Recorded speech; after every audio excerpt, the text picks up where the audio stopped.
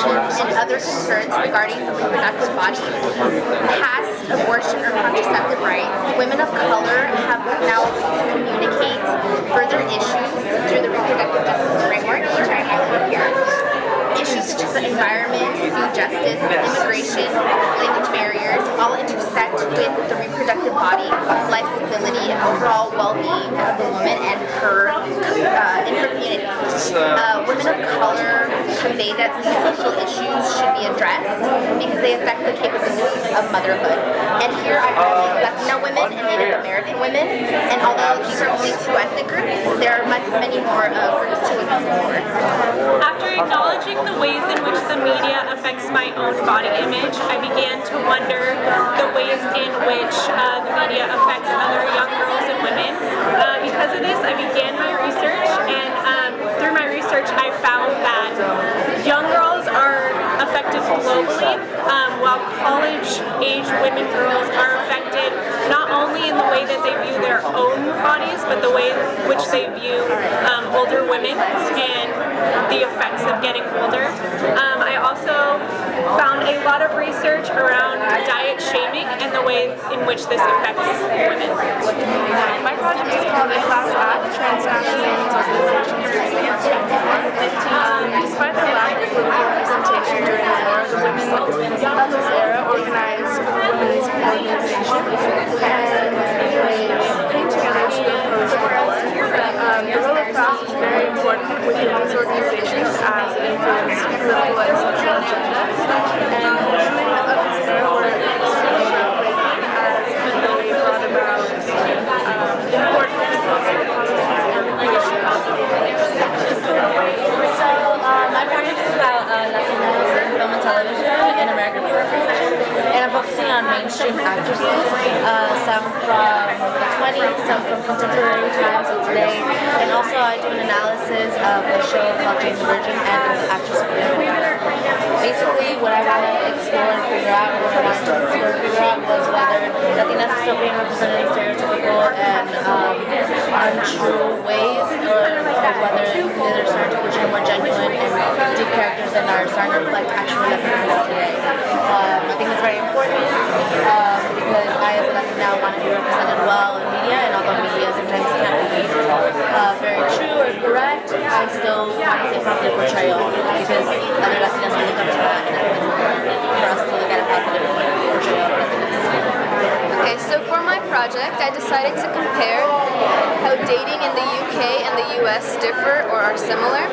And what I found was that the UK tends to take their dating more seriously, but their hooking up is more casual and formal, laid back. Whereas in the US, everything is more formal, the dating and the hooking up.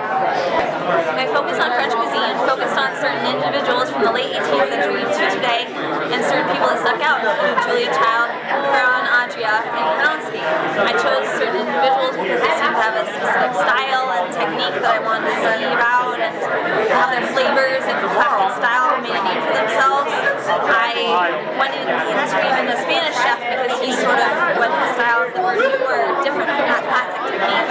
And I looked lastly at restaurants and the idea of bringing gastronomic influences to modern diners and having that enjoyment of modern French cuisine. Okay, so in my paper, I wrote about reproductive rights in Mexico and the access to those. And so what I used on my poster was the background of Diego Rivera's mural, which is in the Palacio Nacional, which is in Mexico City. And so I wrote about 4 specific time periods in the history of the relationship between the Catholic Church and Mexico, and they're all depicted on this mural. So that's why I decided to use it. And I talk about how this relationship affected emergency contraception and abortion, and how women have access to them or not because of the state's relationship with the church. So essentially, my project is the development of soccer in Europe towards national identity and how they relate. And so I start off talking about the spread of soccer as a European phenomenon through British commerce, the solidification of national identity around fascism, especially with Mussolini and Franco. I go into the system where each country develops a system that they play with. Still counts though, right? And then lastly I talk about the European Union now and the struggle with what national identity means with influxes of immigration because of the post-colonial era. So my thesis centers around the unification of Italy, and what my thesis is about is I feel like three founding fathers, Garibaldi, Manzini, and Cavour, their actions and ideas clash to create a dysfunctional Italian state.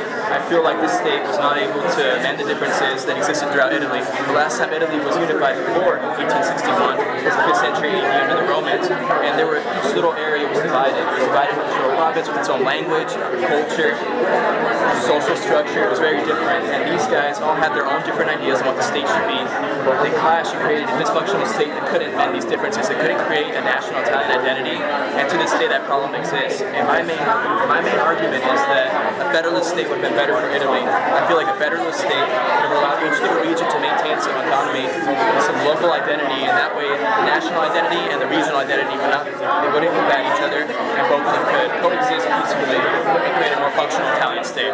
My thesis is on German cinema pre, during, and post World War II. Prior to World War II and Hitler's takeover of the cinema, the German cinema flourished. Known as the Weimar Republic, it had German expressionism and new realism. It was more visceral, aesthetic, and dramatic. Once Hitler took over the cinema, it was solely used for propaganda. Him, along with Goebbels, would just produce mass films that would try to attract viewers to become Nazis in their agenda. Once World War II ended and Hitler died, our German cinema was once again controlled not by its own people, but by the Allies. It was still used as propaganda technically because they were showing films that would re-educate the Germans and that were pro-American.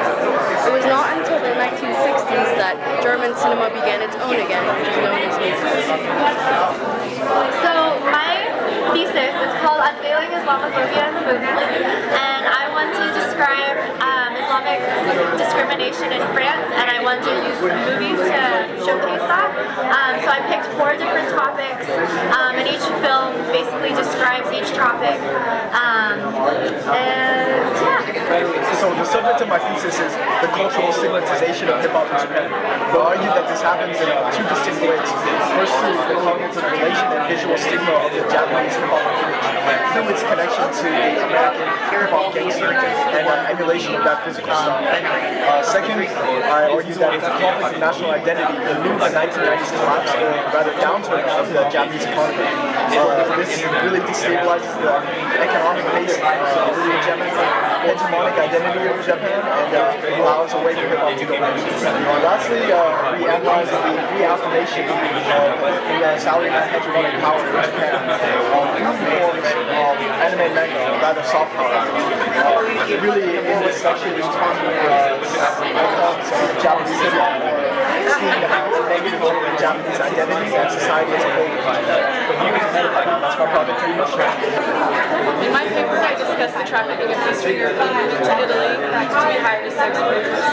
Today, it's estimated that this industry accrues $7 to $12 billion annually, and this is what I encouraged me to discuss it in my paper. And my main points are the gendering and victimization of this phenomenon. And gender plays a main role not only because these are women who are being trafficked, but also because in Eastern Europe, women don't have opportunity for work or education, and they also experience domestic expectations, and so they are then left in a state of impoverishment, and while their male counterparts are able to find work and be educated upper working, and then this destitution that the women experience then pushes them to find opportunity abroad in other countries. So it's common for recruiters to find women in places of vulnerability and then traffic them to Italy, which they prostitutes. And then the other aspect of my paper is the victimization of these women. So it's a common trope through the discourse and media portrayal of the trafficking of women, in that